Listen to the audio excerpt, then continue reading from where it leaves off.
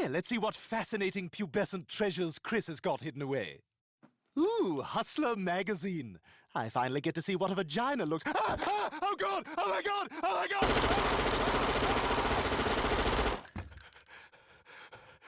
You can't hurt anyone anymore.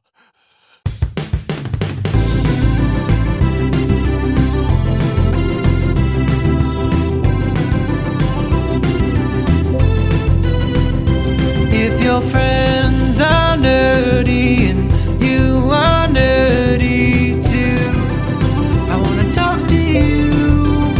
Friends talking nerdy.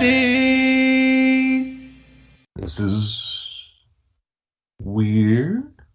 I think it's recording. Okay, we're going to assume it's recording. Hey, everybody. Welcome to another episode of Friends Talking Nerdy. This is Tim Jousma, and with me, I have Her Holiness, the Reverend Tracy. How are you doing this week? I am doing fantastic, Tim. How's about you?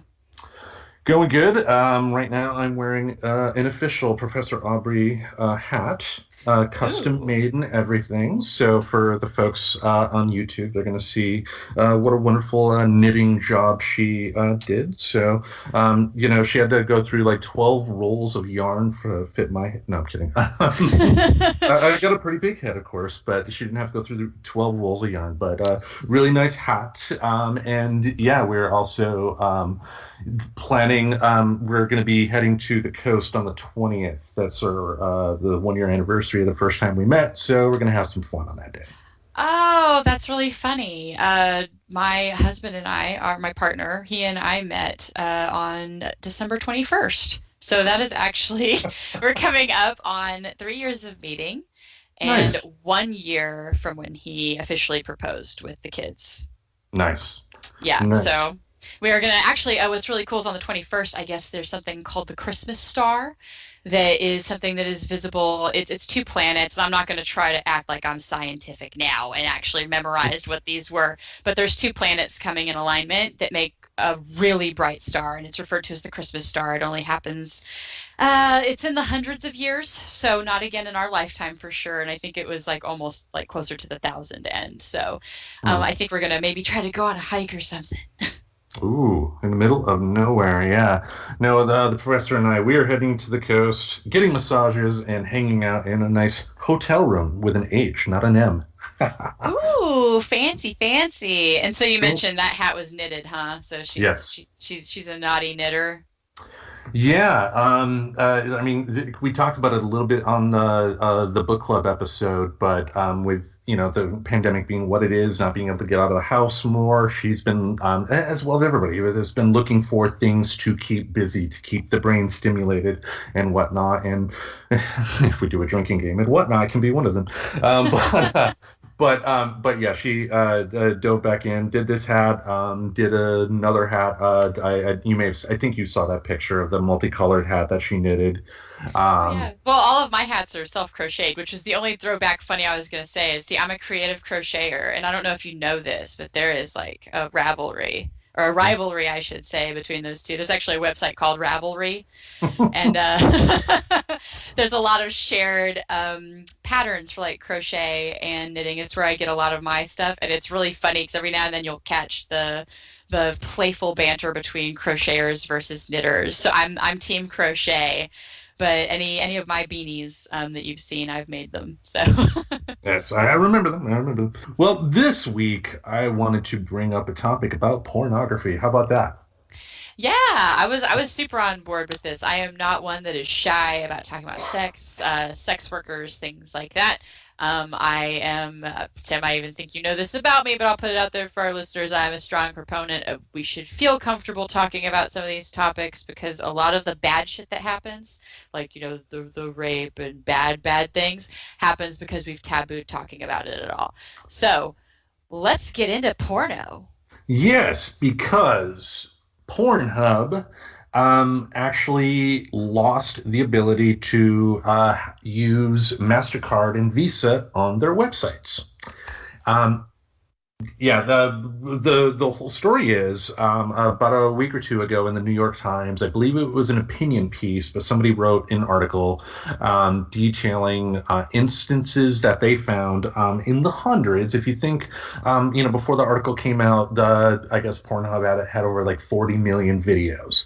So we're talking instances in the hundreds of child sex abuse that they found on that website. Not good. Oh, Not that's typically a bad thing. it's always a bad thing. I mean, and that's something that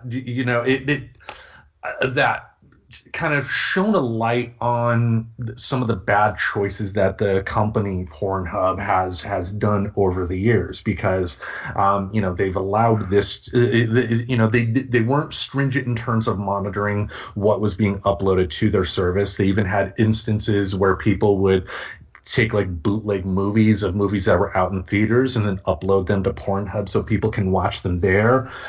There were instances like Paige from the WWE, who had the movie about her fighting with my family about a couple years back. She, like other women, unfortunately, in entertainment, had her phone hacked, had some personal videos that were leaked on the internet of an intimate nature of her with some coworkers. Stuff that she didn't intend to show for the life of they were not meant for public viewing. Right. But somebody uploaded them to Pornhub, at which point they were there for at least a couple of weeks on their front page. Oh, Lord. Basically what happened is that this week, because of the New York Times article, Pornhub did make the distinction that going forward, they are only going to allow uploads from verified users, which is actually something that sex workers have actually been pushing Pornhub on for this very reason. Yeah. If it's a verified person that they've seen as 18 or older that is putting up this material, then they're going to have a better time to, if somebody were to post something illegal at that point, if they had a better screening process, then they'd be able to say, hey, we're going to take this information and go to the police, blah blah blah. But yeah, they made that change, but by making that change and they also ended up deleting off of their servers like millions upon millions of videos from unverified content. Again, some of it which should not have been there, but a lot of it was put up there by people that are earning a living, and that's really the crux of the matter here, because the New York Times article cited statistics from a right-wing organization that has very clearly stated that their mandate is to end pornography. It's not going to go away. No. Sex work, pornography has been around since the dawn of time. It will always be around it, and when you have organizations like this that go after groups like Pornhub and not groups like Facebook in an article from Vice, they had a statistic that Facebook had like over 80 million instances of child sex abuse on their website. Yet you don't hear Mastercard and Visa, taking away any sort of Facebook privileges, and you don't see Facebook being doxxed. This is just being done to prevent people from making money off of sex. And I lean towards believing and getting. I lean towards agreeing with you versus believing. I lean towards agreeing with your thoughts that that's likely what this has to do with, because I mean, isn't that just the way? It's this isn't a value that we appreciate, so we'll attack this one even though these other ones like do the same type of behavior, but we like that one usually because they have money pocket stream. There's usually some kind of connection there. But yeah, like they wouldn't want connection to sex anyway, so it's not an option. So instead, they just want it to go away.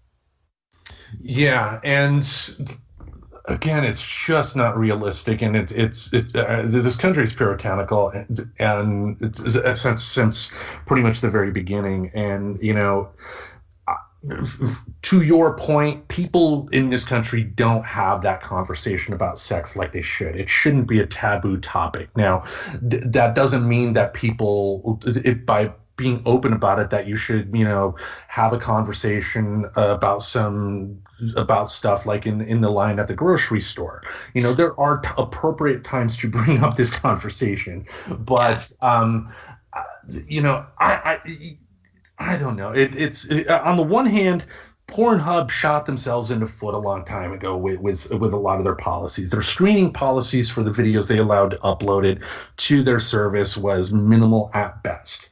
And despite the warnings of the verified workers, Pornhub is really at fault here, and they should have no one to blame but themselves, because from the sounds of it, they've had enough warning that they could have put a stop to a lot of this. Now, having said that, you also got to take into account the conservatives here, and also, progressives tend to hop onto issues like this as well. They hop onto this, they hop onto video games are bad, movies are bad type of deal, to get easy points, because that's a way to scare people in the Midwest. Yes. With stuff like this. But think of the times we're living in now. We have people that I'm not going to feel. If there is a young lady out there that is out of a job but found that making a video or two, having fun with herself or a friend, could make her some money off of something like Pornhub or an OnlyFans or something like that, God bless her. You got to survive, and it's surviving by having sex. Is how is that a bad thing when we're talking about consensual adults? If that is not, at the end of the day, if it's something that you are not comfortable dealing in, then don't watch it. Don't put your money towards it. And we all know the dirty little secret here. Each of these people in these organizations that proclaim loudly that they want to get rid of pornography, they're usually the ones that will end up getting caught with a prostitute, or end up getting caught with videos of child sex acts in they're the ones that have the deeper, darker secrets that they pretend people that watch pornography on a regular basis do. But it's on the one hand, again, Pornhub really did this to themselves, and they have no one to blame. But at the end of the day, the ones that are being affected the most, the ones that are going to have to go to shadier sites that may steal money from them or put them in more danger, are going to be the workers themselves, the sex workers in this case. Do you have any thoughts? Well, just it's another example of when, personally, I think making it illegal is just going to make it more inherently more dangerous again, because that's a lot of the reasons why some things bent and certain things were already being made legal, and that can even go into a sidestep of why abortion started to become not being as illegal as it once was, because it was causing public health problems. But yeah, kind of that same thing, that same attitude of making something illegal makes it inherently more dangerous to be involved in. And when it's like they've made it legal, but they still don't really have a lot of really good regulations set around pornography. Same thing goes for sex work, but it would actually involve a lot of similar stuff. There are areas that do this quite successfully. It is not looked down upon. There's the stigma of they love the narrative that you have to be some broken child to be in pornography, or that these are people that really don't want to do it but felt forced to. And it's hell nah. There's a lot of very proud sex workers in pornography, people who work in pornography out there, and it's what they do.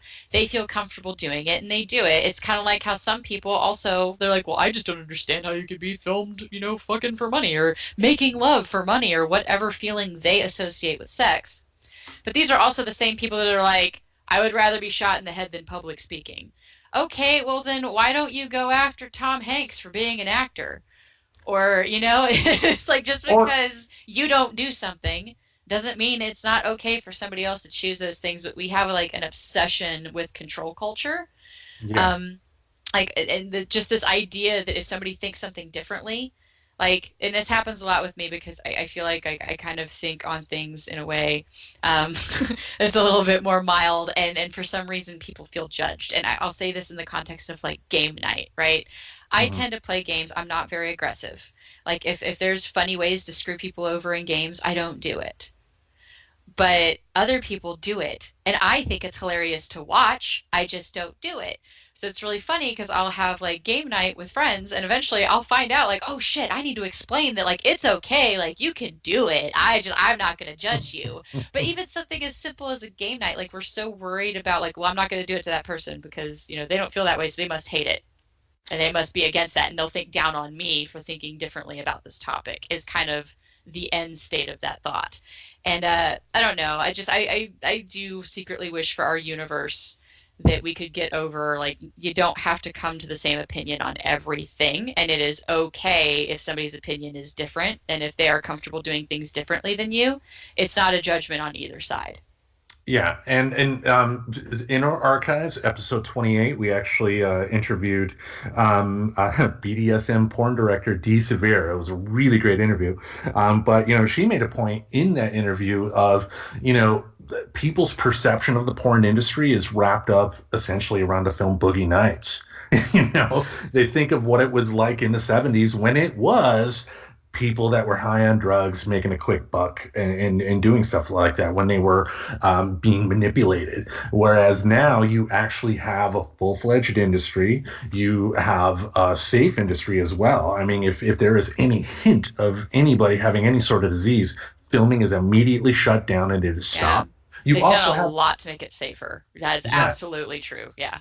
And most importantly, what Dee brought up is that of all the entertainment industries out there, porn is actually the one that has given women the most freedom in terms of the creating process. So the porn industry is nothing like what people imagine it to be, for one. And two, I also think it's funny and sad to hear people say, that they look down on these porn stars, but then they're on Tinder and meeting up with strangers and having sex the first night, which, if that's what you want to do, great, but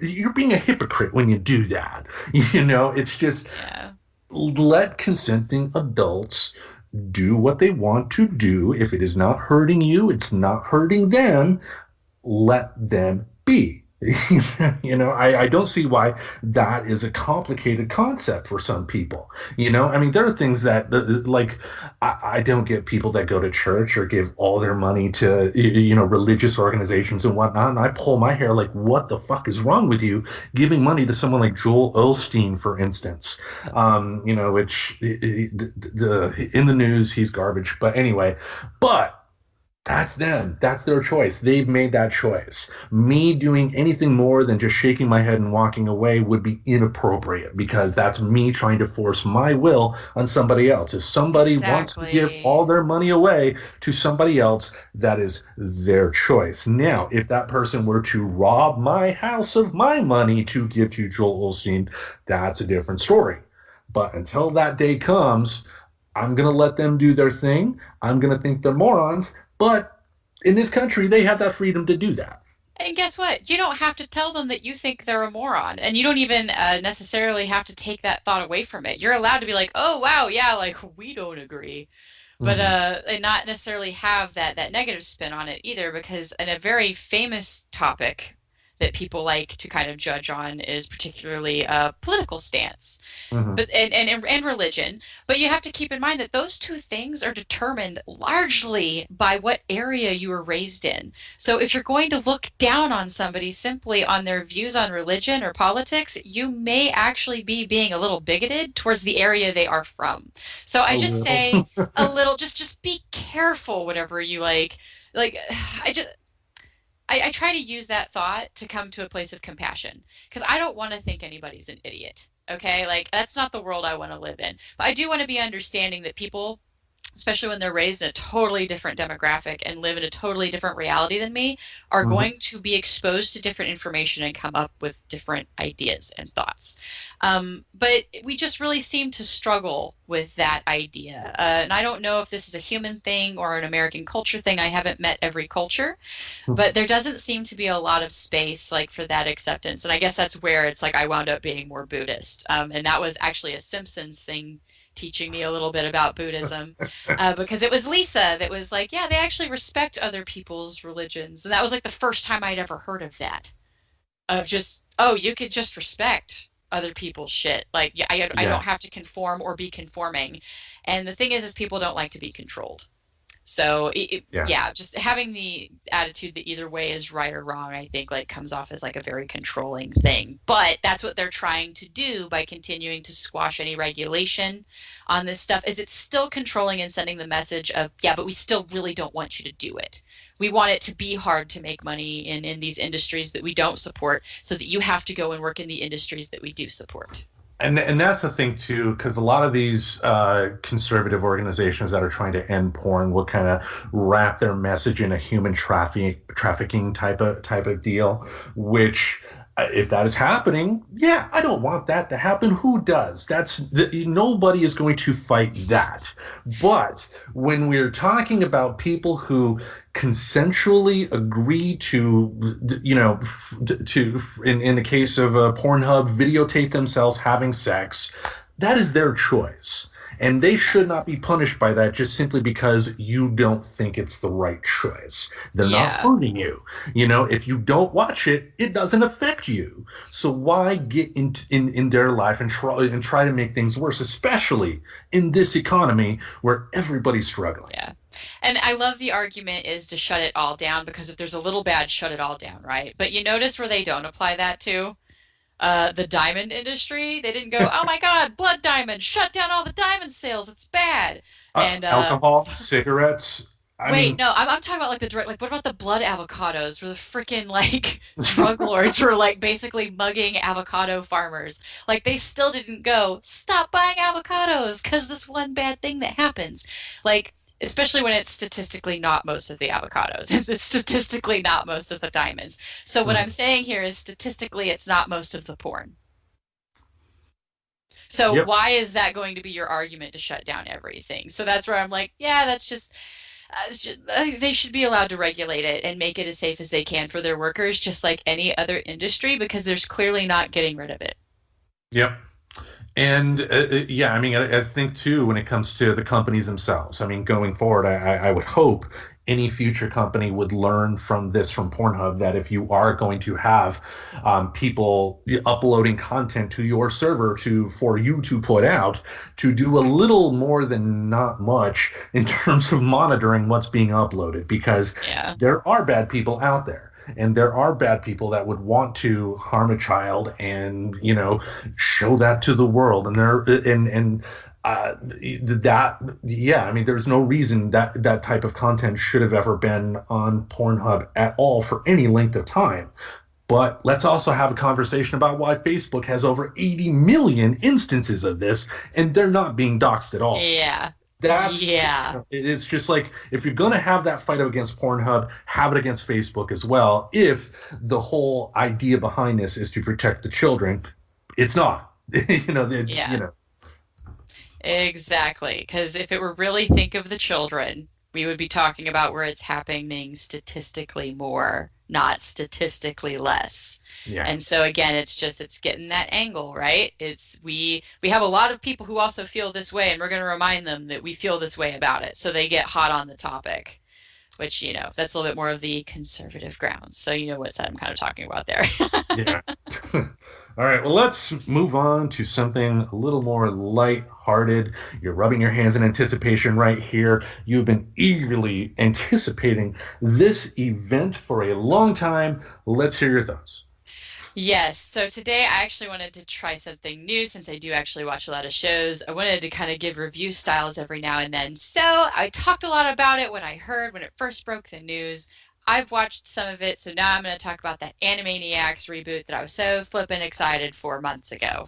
And I know, did you watch Animaniacs before? It came out like my first year or two of high school, and it was usually on the TV when I got home after school. So, and there were some fun parts to it. I mean, I really, really loved Pinky and the Brain. Yes. You know, that was more my speed. The Yakko, Wacko, and Dot got annoying a lot for my taste, but as long as Pinky and the Brain were there, and what was she was played by Cree Summer. I heard she's not in the new one, but that little girl character. Oh, Buttons and Mindy. Maybe the name doesn't sound familiar, but like she had like curly hair, but she was like an antagonist to the Warner triplets. Oh gosh, I don't know. I guess that's been a long time, but no, I don't think I've Elvira, seen her. maybe. I thought that was a different show, but it's possible she was on there because Okay. I didn't go back and watch any of the old ones. But Anyway, yeah. I mean, like I said, I watched a little bit, but I time number two. It wasn't my cup of tea, so I have not caught the new one yet.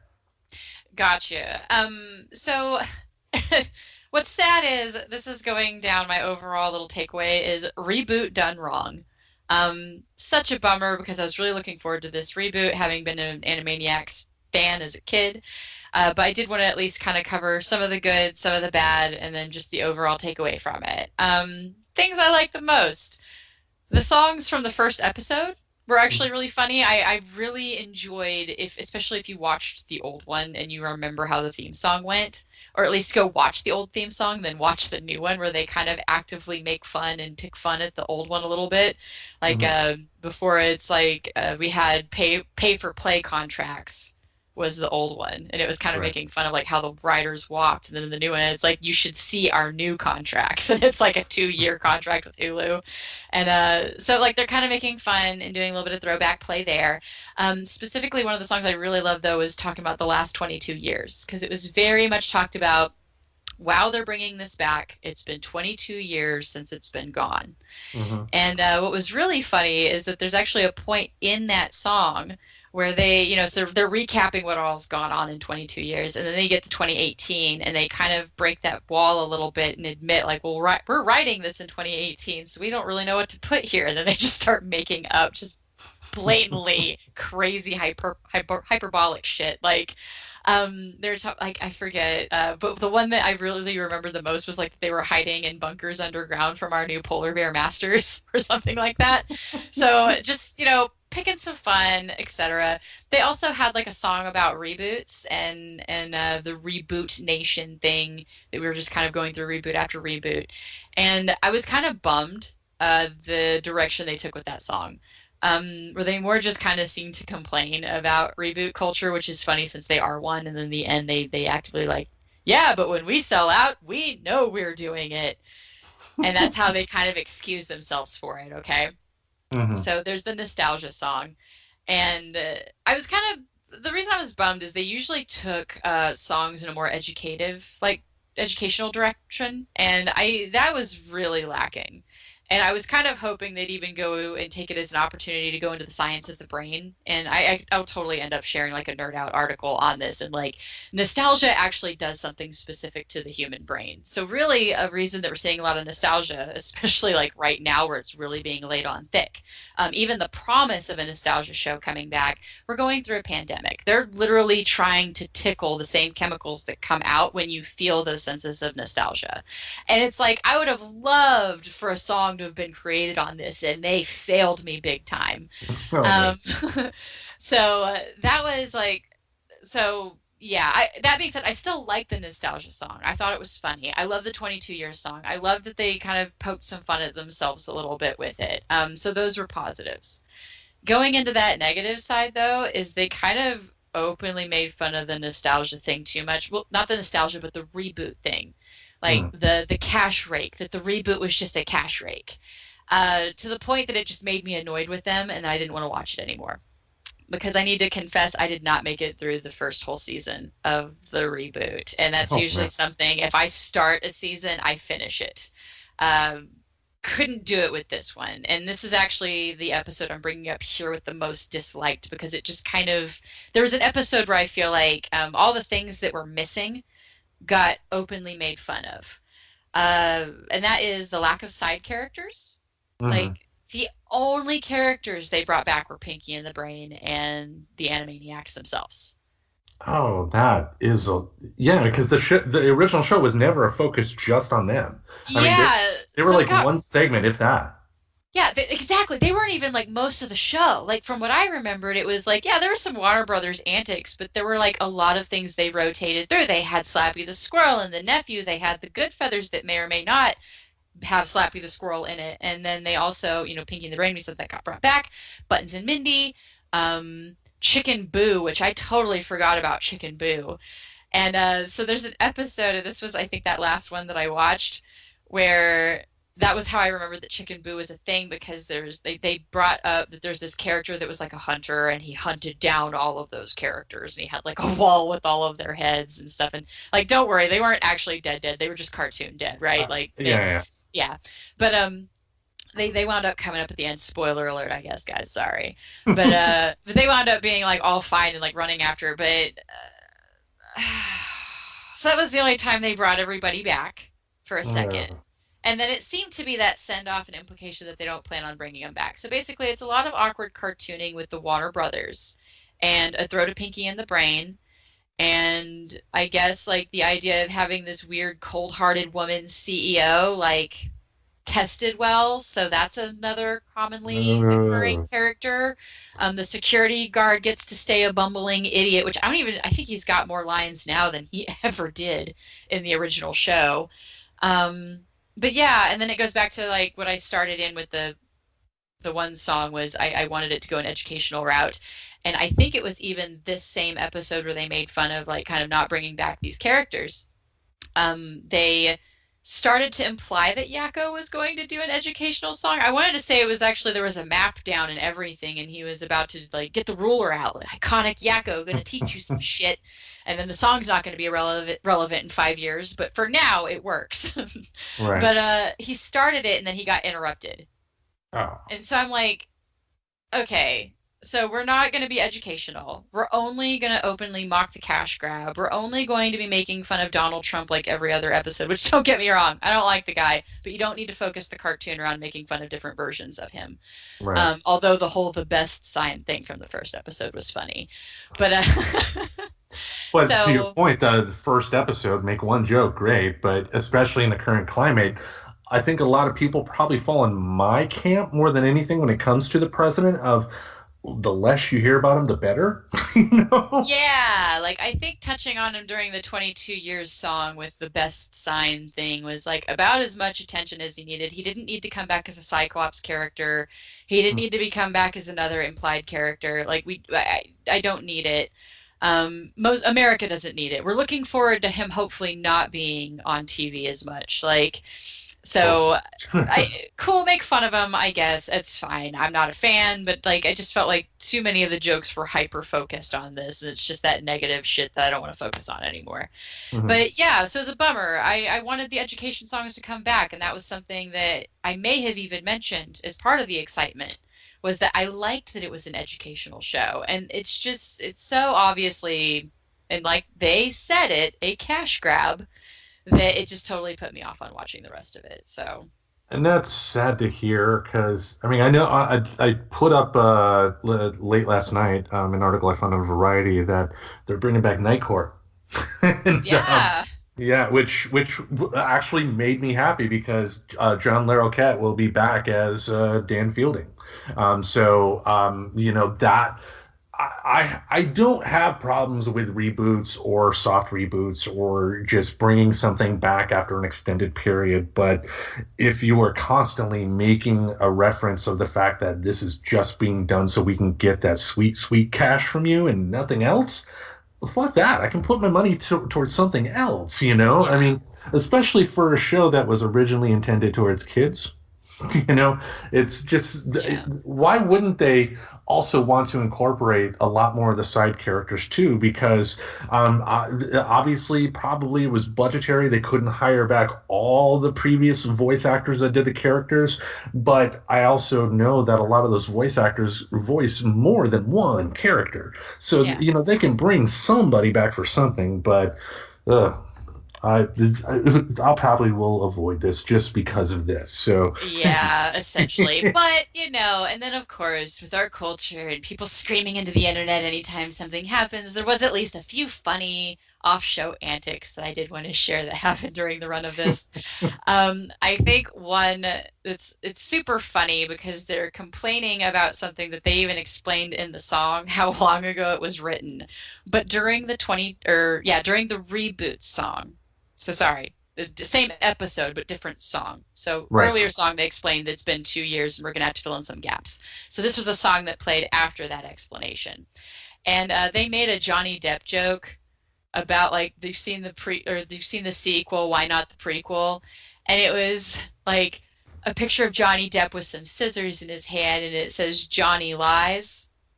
And then there was another one with like a baby. Like I was trying to read like what everybody was having a stink about because there was a hashtag that was boycott Warner Bros.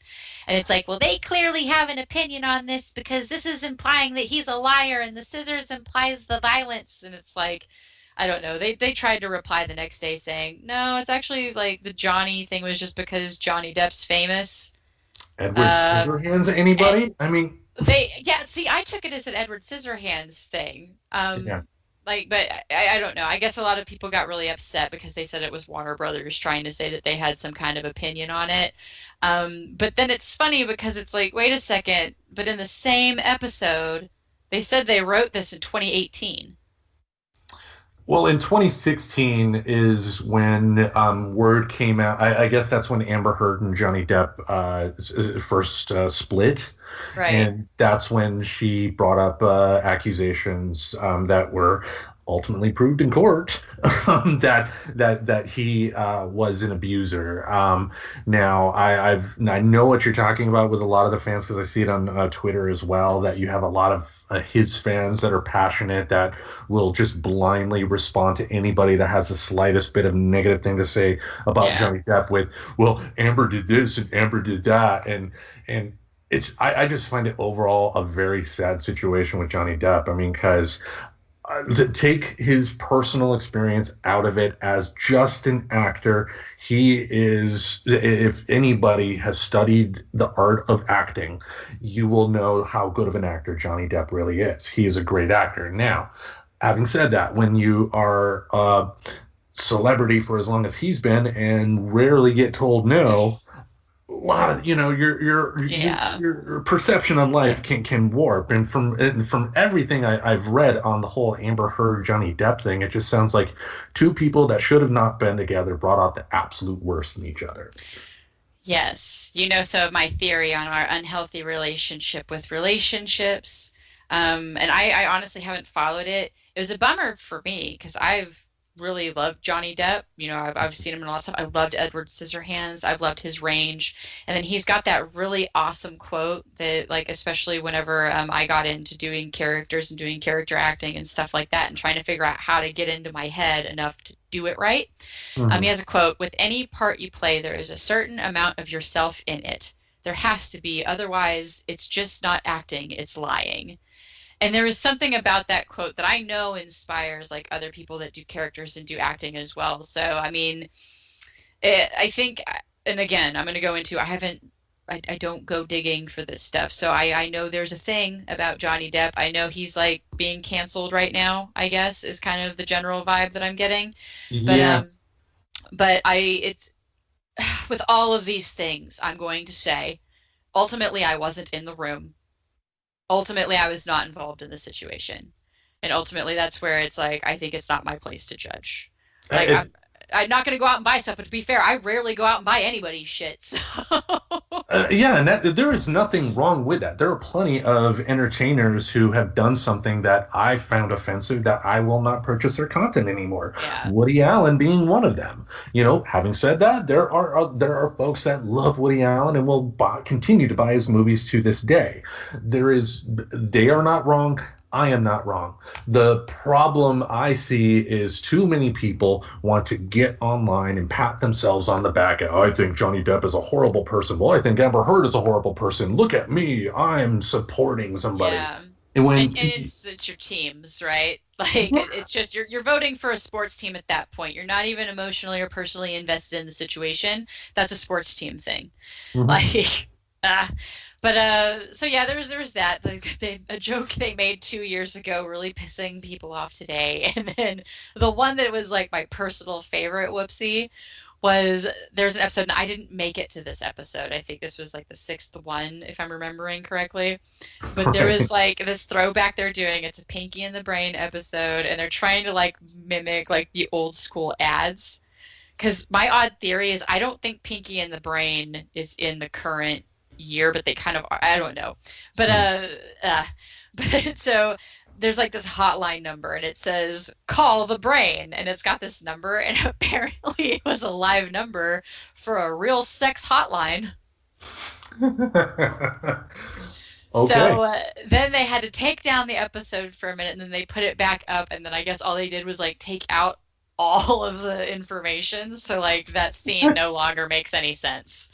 But they did put a real sex hotline, like, which to me, I just want to throw out there, they had a real missed opportunity to like buy a phone number and like make a funny prank line, you know? Or do what? Do you remember the movie Snakes on a Plane? I recall it existing. I have not seen it. One brilliant bit of advertising they did when they were advertising the movie, they advertised that you could call a phone number, and what you did is you called and they say, what is your name? And then, you say your name is Tim or whatever, and then they will tell you to hang up, and then the phone will call you back. And then it's Samuel L. Jackson in character yelling at you to watch Snakes on a Plane. That's right. I heard about that. Yeah, like they could have done something funny with it at least. Yeah. But instead they did it the lazy way. They tried to put a 555 number, and I guess they didn't get the memo that 555 has now been assigned. Those are no longer just fake numbers, I guess. Oh, and man. Yeah, it connected because it was like an 800 555. Like it's you have to get they basically rolled the dice on a number and got a sex hotline. That's what happened. Oops. Because in some situations that 555 is live. Wow. I did not know that part. Okay. But so anyway, I guess just to kind of wrap it up so we can move on. Would I recommend watching it? Ultimately, I think what they should have done is approach the reboot in the similar way that Rocko's Modern Life did. Like, if you're going to come back and make fun of something, just come back and make fun of it and disappear. You don't have to get 2 seasons worth of episodes to do that. And if you haven't seen the Rocko's Life one, it actually was pretty good. I would recommend that one over this one. But that being said, I would watch the first episode of this and treat it like they did it that way and just not watch the rest of them.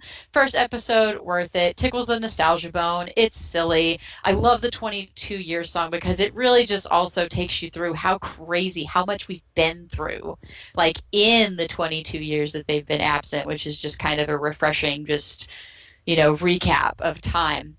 Yeah. And then the silliness with it where they kind of break that fourth wall and make up some random stuff is funny.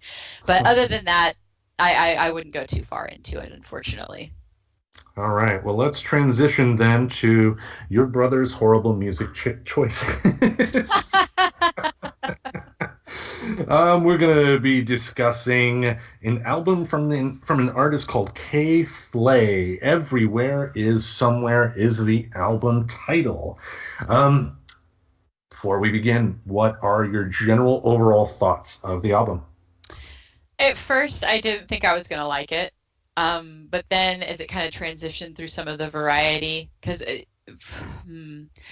think I said to you, like, it's very sleepy music almost. Like, there wasn't a lot of, like, upbeat. There's not going to be that anthem song. There's not my pimp strut song like I like to look for in this one. So it wasn't, like, the typical range. But they did have, like, kind of a cool range of just chill, if that makes sense. Like, they managed to have variety while keeping it all chill. Whereas I guess variety in other album reviews, I would have said, included chill music and upbeat music. This one never really hit that upbeat. Like, there was one song that maybe kind of made me want to move my head a little, but it wasn't like I see this in the middle of a dance club. Not that they were going for that vibe at all, but I don't think they were going for that energy level either. What about you? Oh, I didn't like this at all. With any review, I try to be fair, so I will go over some parts that I did enjoy, but uh, you know, it. My answer, I guess, if I go any further, we'll kind of go into the last question of Yeah. recommending the album. So I think we'll dive into it a little bit more there. But just let's go on, because if I go any further, I'll just be Yeah, like kind of same. Like overall, was it your cup of tea? my cup of tea. Number three. Right. No, it was not my cup of tea whatsoever. And I can have some. I generally like different songs from different genres, even though generally I'm more of a rock person. I can like other stuff, but this was just in a lot of ways too derivative of other artists. And if I want to listen to those other artists, I'll just do that and not listen to somebody's interpretation of it. Yeah, gotcha. All right, so let's start off with what is the most positive part of the album? What did you find? All right, so for me, and I'm just going to kind of mostly go off my notes for this section because, I thought this out earlier. I'm not going to try to reinvent a wheel that I wrote earlier because then I talk over myself funny and stammer. So I put, for the most part, I really liked her vocals. She manages to go for a femme raspiness without losing the words entirely. She can also land a lot of words quickly and enunciate so they aren't lost in a garble of syllables. Because there were a few songs that I felt like she almost gave it that breaking it down, like spitting lyrics, as I like to refer to it sometimes when it's a lot really fast. Yeah. But I like the way she bites it off and enunciates because I always understood pretty much what she was saying. And that means a lot because of my hearing deficits. I'm pretty sure I've heard her before. But I can't place from where. At first, I thought she for sure had a song on Rick and Morty. I couldn't find anything to confirm that, but I wouldn't be surprised because she really fits a vibe they go for. Because that's another show that I tend to appreciate the music they pull for some very specific moods in the show that work really well. And then I also thought for a second that she was the same artist who did sad dance songs. And that's actually a Rick and Morty themed album by somebody totally different. So I get what you mean about the vocals. Like she sounded very much like probably a lot of female artists I've heard, but I still could appreciate it just because you hear a guitar played by one person doesn't mean it's not going to sound different being played in the hands of somebody else. So she sounded familiar, but I still kind of appreciated her. Mm-hmm. What about you? Your most positive part? All right. I had to dig deep here. I love the opening drum beat to the song "Giver." It reminded me of a song from Kiss called "New York Groove." That was an Ace Frehley song, kind of one of their few disco songs, but just kind of the rhythmic drum beat, and just it wasn't overly complicated, but it was enough to kind of get you moving. I dug that. The vocal mix in the song "Giver" was pretty solid. You can hear the Trent Reznor influence in every track. She was definitely influenced by industrial rock, so utilizing a lot of like sound samples, a lot of keyboards and stuff like that. She did a good job with maintaining a natural flow with her lyric delivery.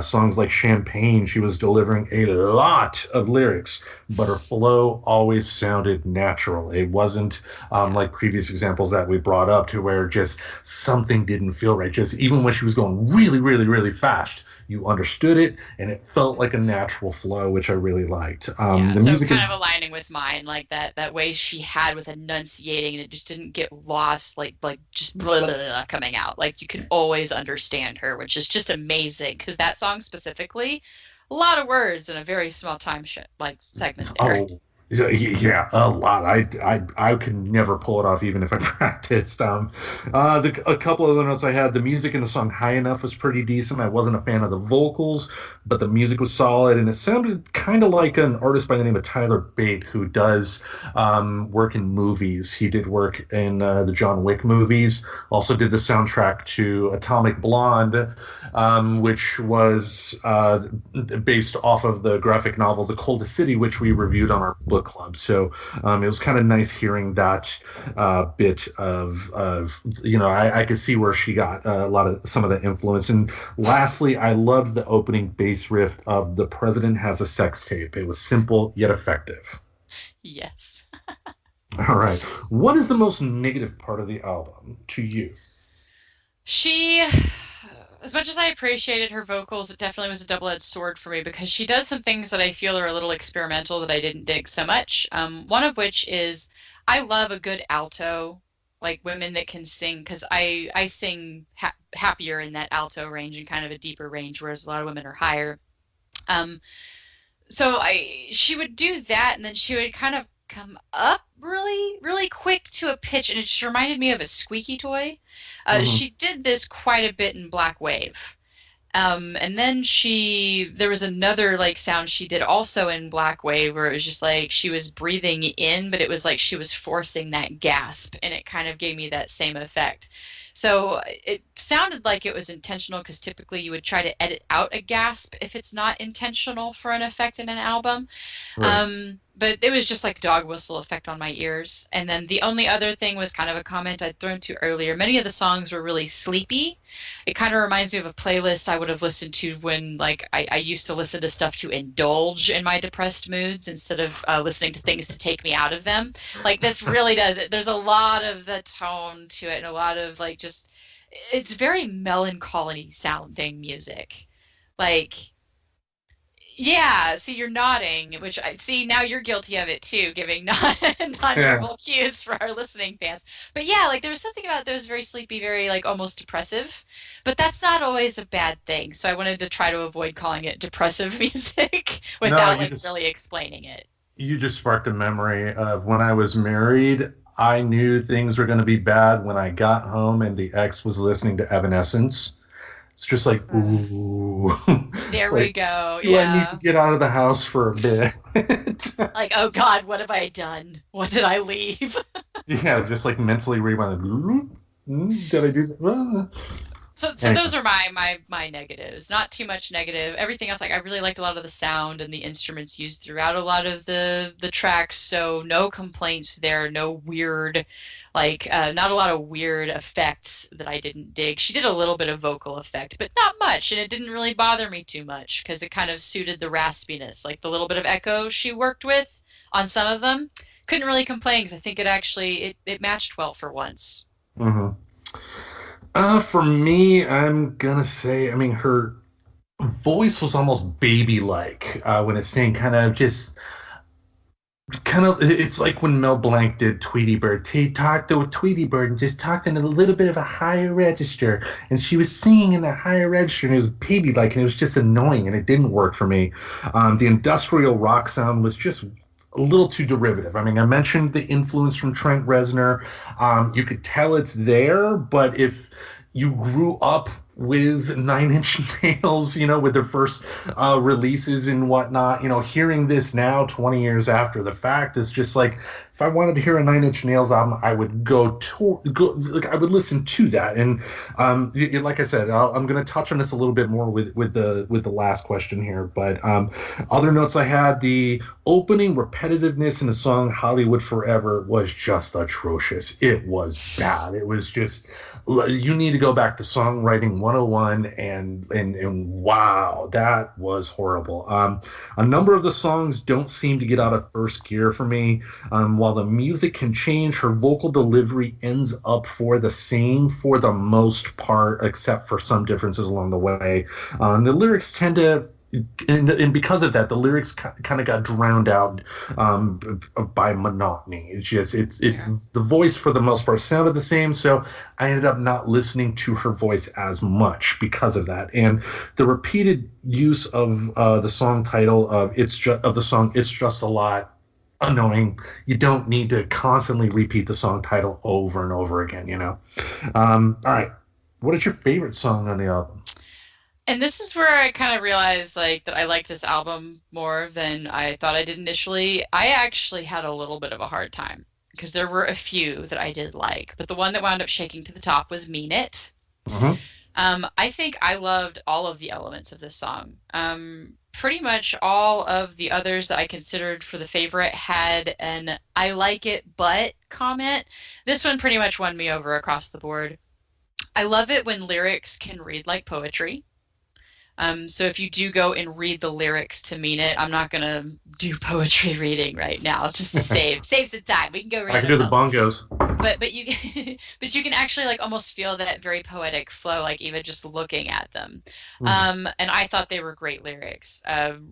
Beautiful song. I loved her vocals in it. Very light effect put on her voice, which is something I like. I've mentioned a few times. I love hearing what a singer actually sounds like. I don't like super echo effect. I don't like auto tune. If they did any effect, it was super light echo effect, and that was all that I picked up. And then it sounded like they kind of ramped it up a little bit, even though it was kind of a cool, chill song. And in that, they each time the chorus came, you'd notice that there were significantly more instrumental elements going on.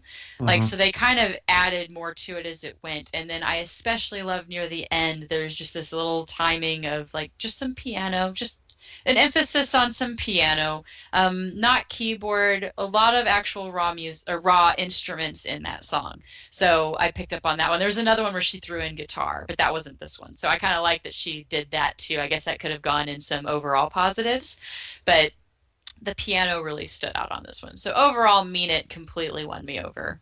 Nice. For me, if I had to have a favorite song on the album, it's gonna be Black Wave. Yeah, that was the one song where she changed her vocal delivery, and at times she was screaming in the song, but it worked. It was a nice change of pace. It was different. That song, once it got to that part on the track, that's the one that made me turn my head and go, okay, that's different. I can get into this. And it was less of the baby type of sound too. And I wish I could describe it better than baby sound. It's just she had that just higher pitch, just almost childlike voice, which was the same throughout. And again, with Black Wave, she changed it up a bit, which added a Yeah. little bit more for me, gave a little more seasoning. So ended up liking that. Now, what is your least favorite song? My least favorite song was definitely Champagne. Haha. I felt like she was doing something with her voice I couldn't get into. And I'm wondering if you and I are kind of talking about the same thing, because you're saying the baby and the going high. And that was something that I was saying earlier with the overall, because she did it in a few songs. Hmm. And Black Wave, I felt like she did it more in that song. So I think it's funny that that one wound up being your first, because to me it was so jarring. But that one was actually my almost my least favorite song. But Champagne wound up barely winning it down or winning it out, for worst for me. It's not worst, sorry, my least favorite. I liked it when she broke it down. Like this was one where she was very lyrically heavy and she delivered it really well. But then there were these moments she'd go to a really high pitch and it would completely take me out of it. And I think that's why I liked it less than Black Wave, because I would start to like it and then it would just that would happen and then it would just take me back out of it and just kind of almost like messed it up for me. But there was also this one line where it's like my heart wasn't broken, it was circumcised. And there's something about how everything drops out around that just made it land really awkward. And then the music picks up and then it ends the song. And I'm like, wait, what did I just hear? That's like at a party when you're like talking really loud to somebody and then the music cuts out and it's like, and then she had an abortion. That's exactly how it felt. Like it felt like an awkward ass landing, like that I wasn't supposed to hear that. So I actually like you gave me a funny look. Like go back and listen to the end of that song 'cause it's near the end, and she just says, "My heart wasn't broken; it was circumcised." And then it just gets awkward, quiet, music, song raps. Musicians are like, what? We gotta end. Boom, boom, boom. Well, for me, I'm going to agree with you on the least favorite song. Champagne was just, like I mentioned, there were some positive elements of the song. That part where she was thrown out a lot. I mean, I have to, even though I didn't like the song, she did that rather well. So I'm going to point out the positive of that. But just overall, the Mad song. respect, yeah. Yeah, the song itself just didn't sit with me. It just I didn't care for it. If I had to have something a very close second, it would be Hollywood Forever. But just Yeah. Champagne, just it would have taken a lot to knock Champagne off of the top of the least favorite song list for me. But let's wrap it up here. Would you recommend this album? Yes. And personally, I think this question will almost always be a yes for me, unless it's just essentially nonsense on a record. Because I do think most things are worth trying once. But for this one specifically, I'd have to say it's worth a listen, particularly because of my comment on having a hard time picking a favorite. Because to me, that tells me there were at least 3 or 4 songs that I liked enough that other people would probably really like them too, even if this isn't your standard genre that you listen to. As sleepy as it could feel sometimes, I think there's a lot of good in there depending on your own personal taste. So is it worth listening to? Yeah, sure. I don't know if this is something I'm going to listen to a lot, considering mostly the most I actually listen to music is for these reviews. Usually I'm still jamming out to Johnny M or whatever video game music. So, All right. But I think it's worth at least listening to once. What about you?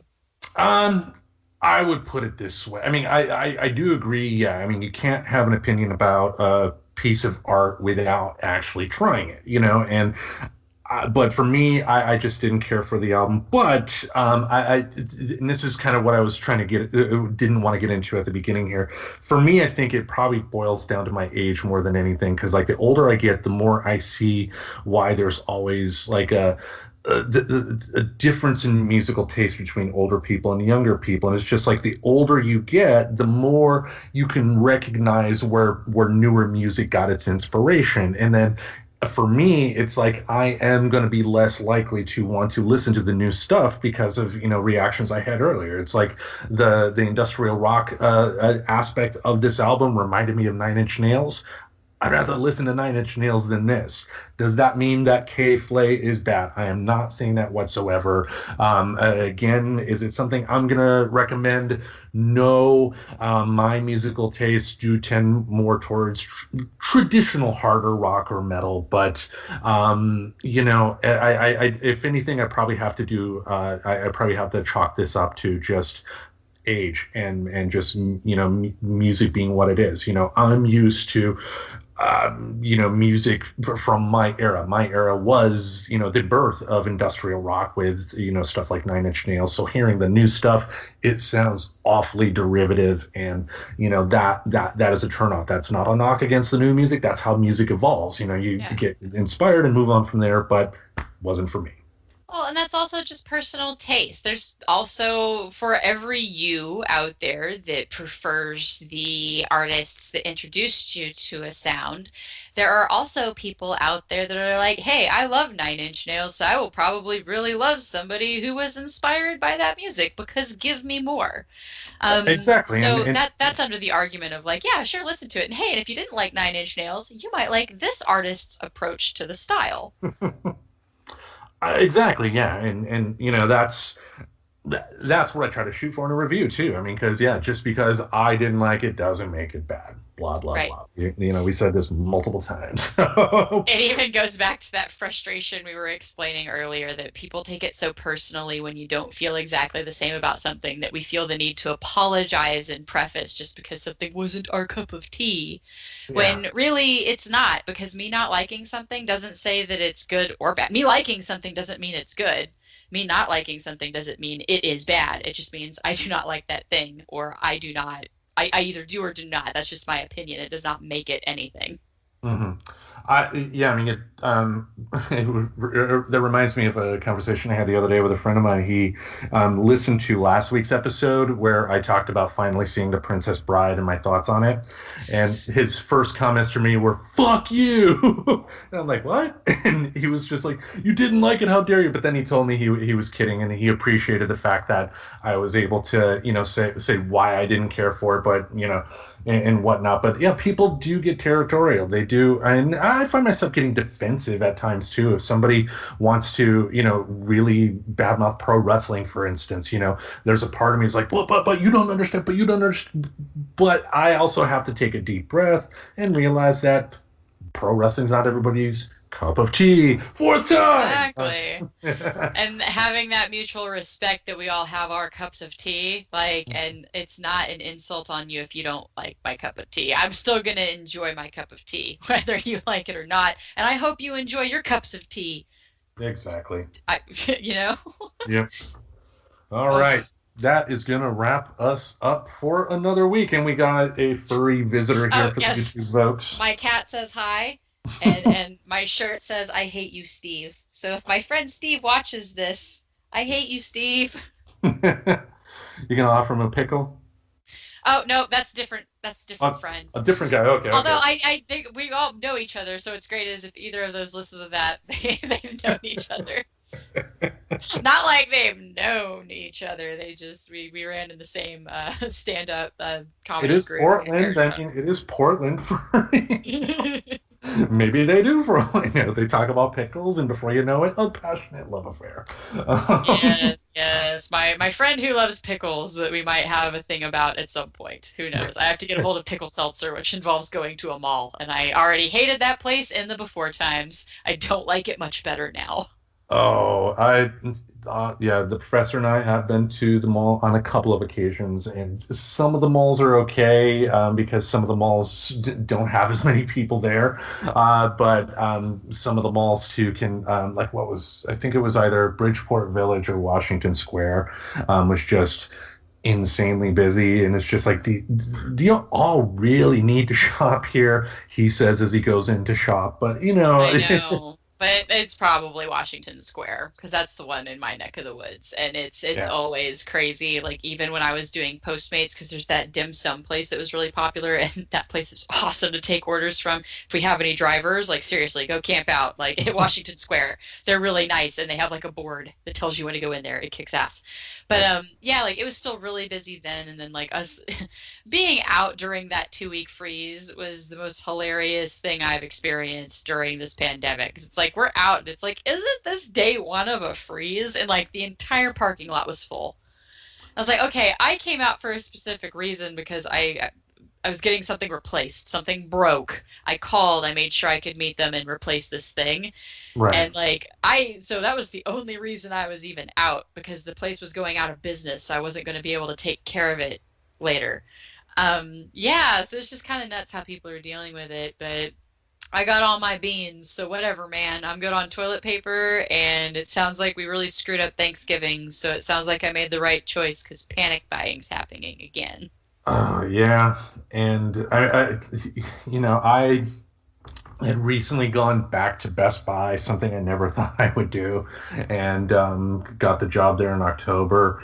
And then within a matter of a month, got sick twice. And because of the pandemic, they sent you home for 2 weeks. And the Yeah, second time, I was scheduled to come back on Black Friday. And just when I got there and saw the parking lot filled, it was just like, this is dangerous.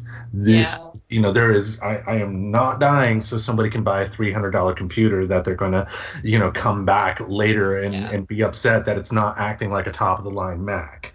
you know? Yeah.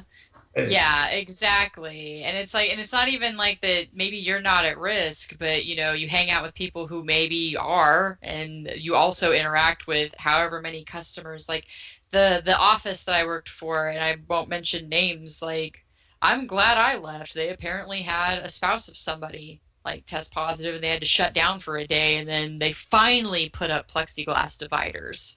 And it took uh, all of that, like it took multiple OSHA complaints, and they didn't do anything other than tell people stop tattling to OSHA.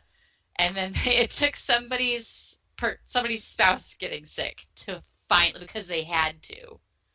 So I uh, don't know. I'm pretty thrilled with having my remote job. I still continue. I want to find like something more like official, but I do enjoy what I'm doing now at least, and it's keeping me home. So yeah, speaking of that, I mean, we'll wrap up with some positive Tom Cruise news here, but this kind of coincides to what you were talking about. Did you hear about his rant on the set of Mission Impossible 7? no, did he go Scientology crazy rant or other key No, rant? something very positive here. Oh, that's right. You said positive. My bad. Yeah, well, Xenu. No, apparently, he saw a couple of crew members on Mission Impossible 7 not following social distancing, so he tore them a new one, and basically said, we us being in production is giving jobs to other people as well. If we do not, if we have to shut down, people are losing their jobs. People are already losing their homes, and you are fucking around. And he was 100% in the right, because with Tom Cruise, with the Mission Impossible movies, he's not just collecting a payday as an actor. He's the producer on it. So, he is having to call insurance agencies. He's having to call studio executives to keep everything in line, because the importance of these movies is that they have a perceived value for what they can bring in a movie theater. And if it's not going to be made for the movies, if it's not being made, people are going to be losing tons and tons of money, much more than they already have. So it was nice seeing him stand up for the right thing. And for the crew members that leaked that audio in the hopes that people would badmouth Tom Cruise, grow a pair. You're lucky you didn't get fired, because if you were breaking the coronavirus, rules, just because you didn't feel like it affected you, you're lucky you still have a job. This is a pandemic. We're on a very dangerous precipice, not only for the film industry, but just the economy in general.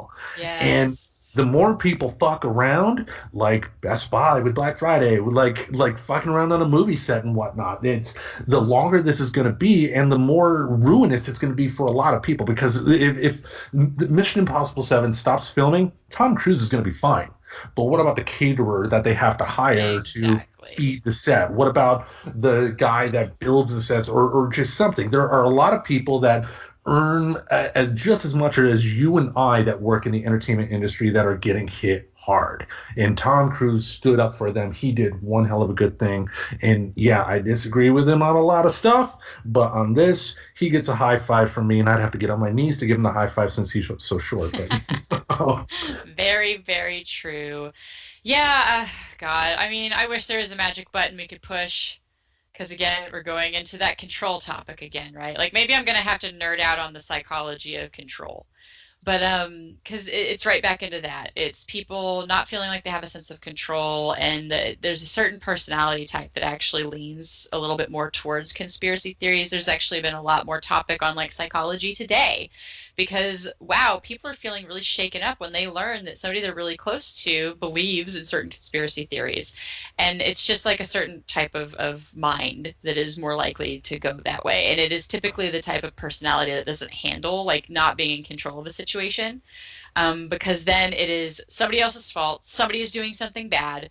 And that's what kind of started some of this anti-mask and some of the anti-rules. Because the most hilarious thing to me is this implication that the rules ever changed through this whole thing. I'm like, no, sorry. Every time I went on the CDC's website, it's wash your fucking hands, stay the fuck away from people, and so social distancing, washing your hands. Go out only if you have to. Oh, and if you're high risk, stay home. And if you don't have to go out, stay home. Try to plan your weekly shopping thing. And then do that. I do monthly, but that is because I fall in the high-risk category. You don't have to bulk up if you're not under the high-risk category. I'm literally trying to not be around you people more. That's all. That's my punishment. That's me controlling me instead of trying to control everybody around me. Right. Oh, this can't be over soon enough. I'm glad that we're finally seeing the rolling out of the vaccine. People also need to keep in mind that with any vaccine, there will be groups of people that it does not sit well with. There will be some complications for some people. That does not mean it's going to affect everybody. So just because you hear one person or a small group of people have, I forgot what they call that, just a negative reaction to the vaccine. Yeah, there was something like a palsy, something I think that was happening, but I forget. Yeah, just, trust the medical professions. Don't trust Alex Jones. Don't trust Sean Hannity.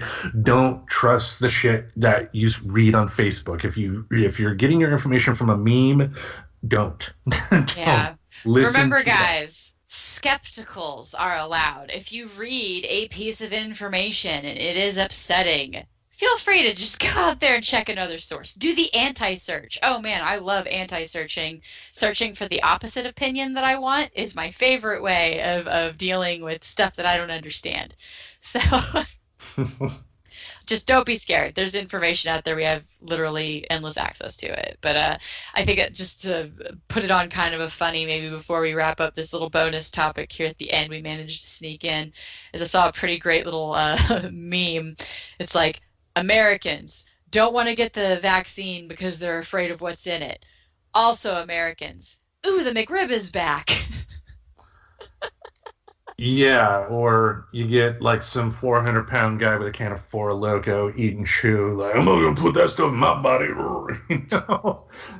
Yeah, basically, it's like, guys, it's cool. It's just a vaccine. They've been making them for a long ass time now, but like I try to approach that as in a way of not making fun of anybody who is against it, but just I personally just don't understand it. But yeah, because you do have to be careful. There are some people that have legitimate medical reasons that they can't take stuff like a polio vaccine or something like that. There are people that do have legitimate reasons. Now, reading a blog post from Jenny McCarthy is not one of those reasons. Yes, she's not a scientific mind. I just want to go back to listening to the scientific minds. They do it in a lot of other countries, and it goes really well for them.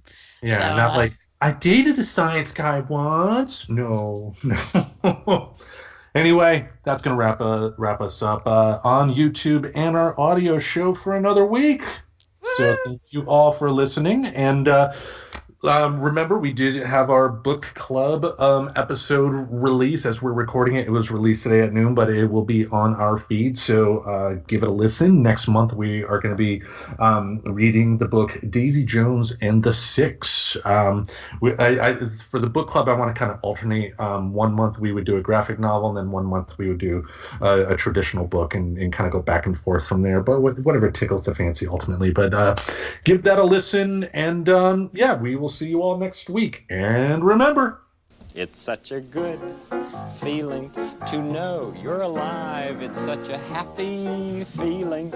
You're growing inside, and when you wake up ready to say, I think I'll make a snappy new day.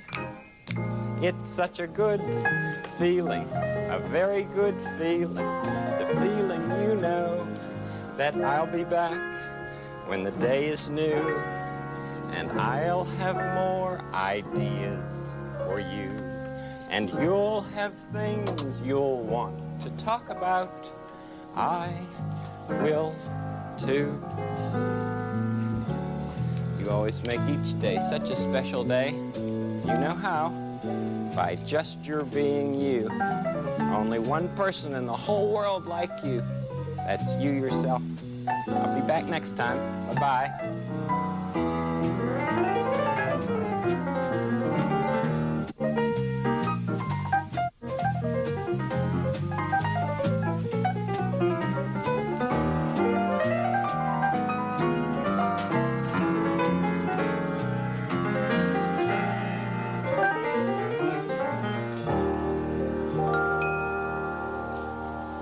Subscribe to Friends Talking Nerdy on iTunes, the Google Play Music Store, as well as Spotify. Remember to support Friends Talking Nerdy on Patreon. Goodbye, darling.